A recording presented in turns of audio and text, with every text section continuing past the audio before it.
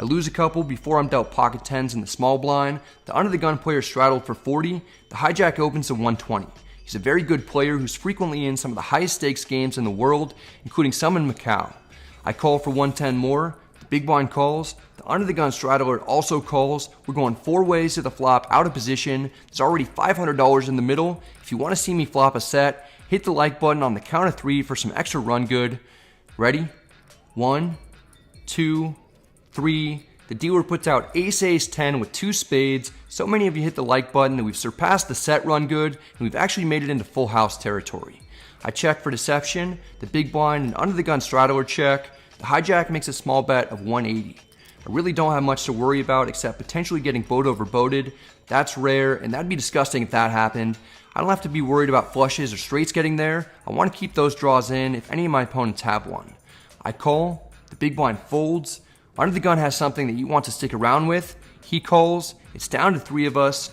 The turn is the jack of spades. It's an interesting card. I'm losing to a royal flush, quad aces, ace jack, ace 10, and pocket jacks. Sounds like a lot of hands, but there really aren't that many combos of those. What's better is that the flush draws got there, and so did a straight draw. I check. Under the gun checks. The hijack thinks about firing, but he reins it in, and he also checks. I don't think that he's ever going to have me beat.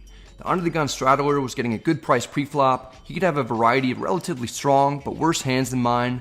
The river is the 3 of diamonds. It's a complete blank. The under the gun player has 1380 left in his stack. I mostly want to target his chips since the hijack may not have much that he can call a bet with anyway after checking back the previous street. I overbet the pot, putting 1500 in the middle. The under the gun player, who's going to have a ton of flush combinations, calls for less. The hijack appears to be a little upset as he lays his hand down. It's the moment of truth. I show my boat. It's no good. The opponent has ace-3 offsuit for a river full house. I guess that 3 of diamonds wasn't a complete blank after all.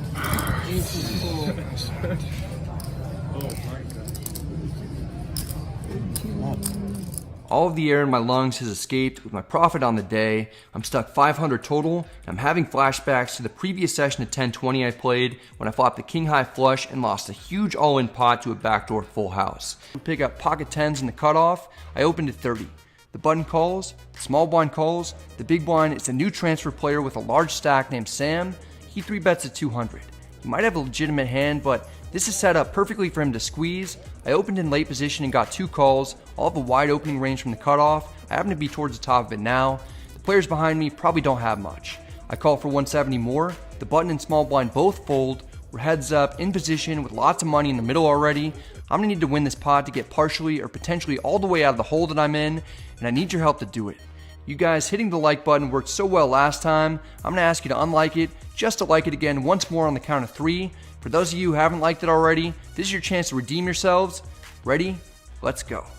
1, 2, 3. The flop is 10-8-5 rainbow. It works immediately this time. We've got top set, and the opponent bets 200. I consider slow playing it and calling. Normally I would. In fact, I did in the other hand when I flopped a set in a 3-bet pot. This time I raised to 500. I might do this with something like queen jack suited as a bluff, or pocket jacks in order to deny equity from ace king type of hands. Another benefit of doing it with jacks is that it would allow me to take control of the pot, check back turn, and get to the river cheaply. Here I'm doing it to give the big blind an opportunity to re-raise with aces or kings. It also builds up the pot right now before a potential overcard comes out if he has jacks or queens. I have almost 1200 behind, so the player could shove as a bluff if he happens to be weak and doesn't believe that I'd ever raise with a hand better than 1 pair on a relatively dry board like this one. The player calls for 300 more. It's another big pot that we're involved in. The turn is a queen. This is awful for us. We could be up against pocket queens. If we get set over set twice today, I might throw up. Pocket jacks won't like this turn either. The big blind checks. I've got 1180 total. It's less than a pot-sized bet. I want to get as much money in now before a 9, jack, or any other scared card comes out. This is the moment of truth. Let's rip it. I don't get snap called like I would if I was up against a set or better, so I know that I'm currently holding the best hand. The player seems to have a real decision. He must have aces or kings. He's tanking. Maybe I shouldn't have jammed. I really don't want to let him off the hook with those holdings. He's not getting away. Finally, he calls. We're playing almost a 4K pot. We just need to hold 1 time in order to have a nice profit on the day. The river is the 6 of diamonds. It's essentially a blank. I turn over my set. Sam takes it like a champion and lets me know it's a winner. Thanks. When we look down at pocket 10s in the cutoff, I raised to 1,000. I just added on for 15,000, so I'm in for 55,000 total on the day, but the chip count to the left of my name hasn't been updated yet. I started this hand with about 52,000 in front of me. Doyle initially bought in for 40,000. He only has 19,000 of that remaining. He 3-bets to 4,000. It folds back to me. I need to get a count of exactly how much Doyle has left. Stack sizes are really awkward. If I call, the pot will be 9,000 and Doyle will only have 15,000 total. There are just 4 pocket pairs better than ours, but there are a lot of flops that won't be good for us. I really don't want to fold. I also don't want to call and see the flop come king, queen, or jack high, then have to wonder if we're good either. You see me in the moment looking as if I'm trying to calculate how much rocket fuel it would take to get us to the moon. What I'm really thinking about is how many big blinds a shove for 19,000 effective would be. With the straddle to 400 on, it's less than 50. It's a little more than I'd really like to gamble, but I told you earlier, those hands Doyle played against Helmuth caught my eye and made me realize that he's still willing and able to make some plays. Those hands, coupled with the fact that I know Doyle stuck more than half of his initial buy-in, makes me think it's more likely than usual that Doyle could be trying to make me his newest victim, and perhaps he's 3-betting us light. Maybe if I 4-bet jam, I can get some hands like ace-jack or ace-queen to fold. If not, I'm okay getting it in as a flip against ace-king. I just really don't want to jam and get snap called. I announce that I'm all in, and somehow we do get snap called. I figure we gotta be up against aces or kings. Nope, we're up against ace-jack suited, which I would have expected Doyle to fold because this is about the best case scenario for him when he calls, but Doyle's apparently in the gambling mood. We're flipping in a $40,000 pot against the most important person in poker's history. As badly as I'd like to win this pot, I owe Doyle a lot more than what's in the middle, so I wouldn't be too disappointed to lose. The flop comes queen 9-7 with 2 diamonds. We've got the 10 of diamonds, which could come in handy. I'm thankful that I didn't just flat the 3-bet pre-flop because I wouldn't know what to do if I checked and Doyle shoved. My eyes are glued on the run out since this is one of the biggest pots of my life and it's against one of my idols. Meanwhile, Ivy's having a tough time staying awake. The queen of diamonds comes on the turn, getting us one step closer to the win and removing 2 of Doyle's out since we pick up the flush draw.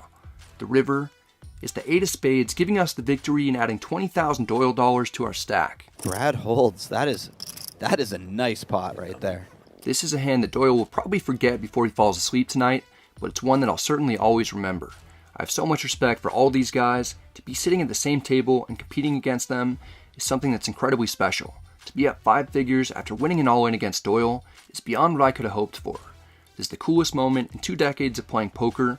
Doyle would rebuy, then only stays for a little bit longer before heading out. It was a pleasure playing with him.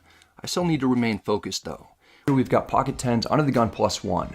Under the gun raises to 30. He's an older guy who limped in previously from under the gun, so I take his raise here more seriously than I ordinarily would against a random opponent.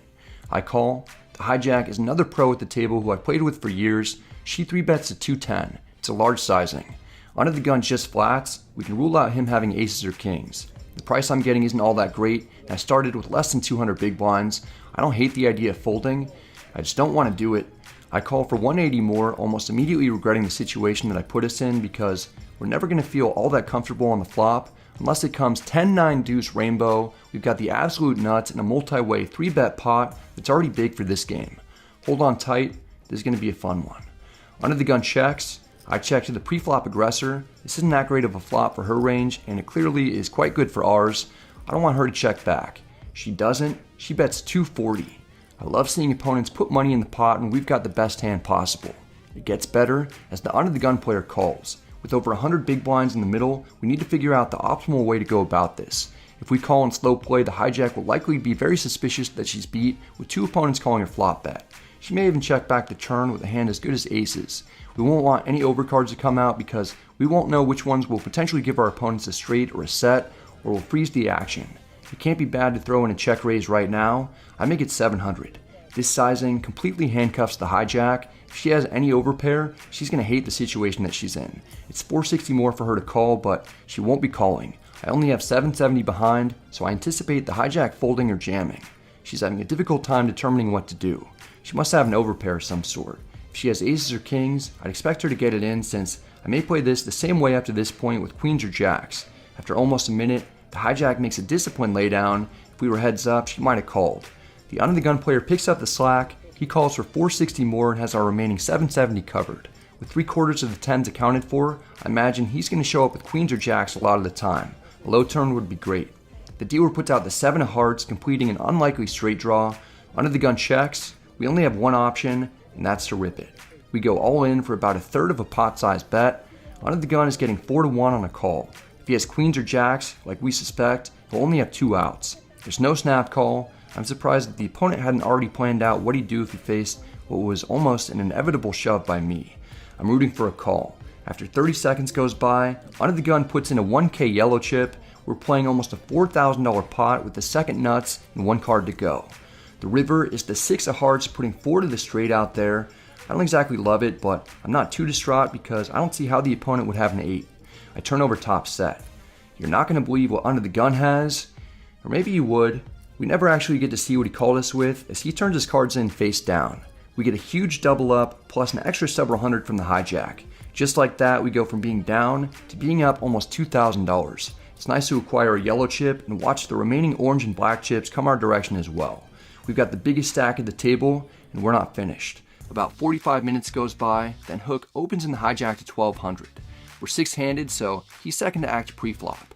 Terrace is in the cutoff with a couple of ducks.